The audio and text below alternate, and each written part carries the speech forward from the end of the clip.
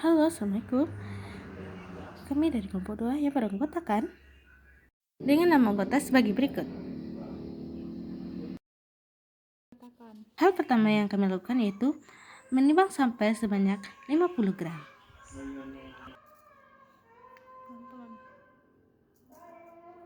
Lalu, masukkan sampah ke dalam botol kaca. Yang sudah dimasukkan dalam botol, selanjutnya penambahan dengan metanol. Metanol ini adalah pelarut dalam penggunaan maserasi. Maserasi kita diamkan selama 2-3 hari. Dan dalam sehari sekali kita harus mengocokkan larutannya sehingga larutan larut dalam metanol dan ekstrak yang kita dapat sesuai.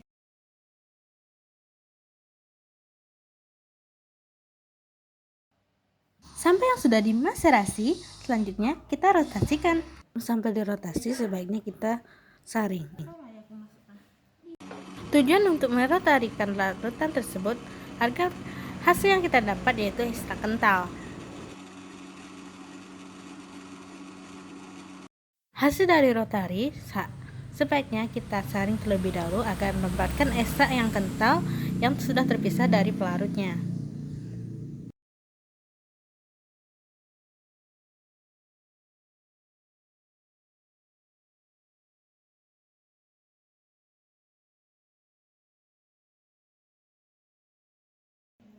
Nah, selanjutnya tahap rekristalisasi. Sebelum memasuki tahap rekristalisasi, sampel ekstrak kental yang sudah didiamkan dalam semalam sebaiknya kita saring terlebih dahulu agar kotoran-kotoran tersingkirkan. Etil asetat yang digunakan dalam Pratikum ini itu sebagai pelarut. Etil asetat merupakan pelarut yang baik digunakan untuk ekstraksi karena dapat dengan mudah diuapkan, tidak hidroskopik, dan memiliki toksisitas yang rendah. Etil asetat bersifat semipolar sehingga mampu menarik senyawa aglikon maupun glikon dari piper.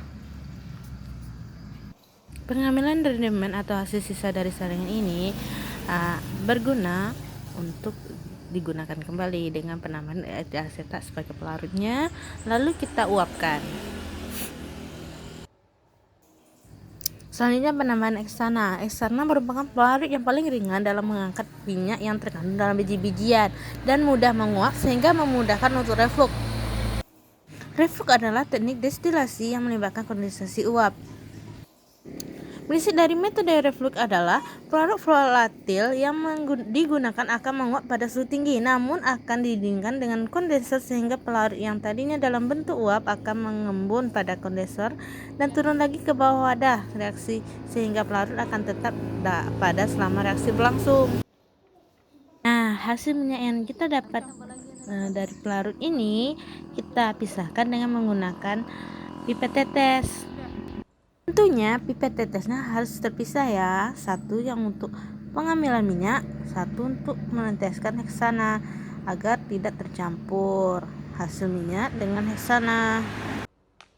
Nah, ini hasil minyaknya, kita diamkan sampai dia menjadi kristal seperti pada gambar ini.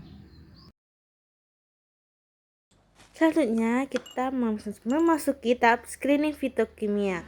Screening fitokimia dilakukan setelah proses ekstraksi untuk mengetahui golongan senyawa yang terdapat dalam ekstrak etil asetat dari piper tersebut dengan menggunakan larutan etil asetat sebagai eluennya. Platnya ini harus dioleskan dengan sampelnya ya sebelum dimasukkan dalam eluen. Kita tunggu eluennya ini merangkak sampai tanda batas.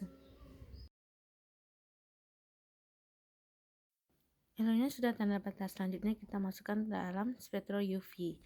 Nah, dalam peletakan eluennya ini, dalam peletakan plat ini harus vertikal sesuai dengan kaca yang akan kita lihat yang di atasnya. Panjang gelombang yang kita gunakan yaitu 364 nanometer.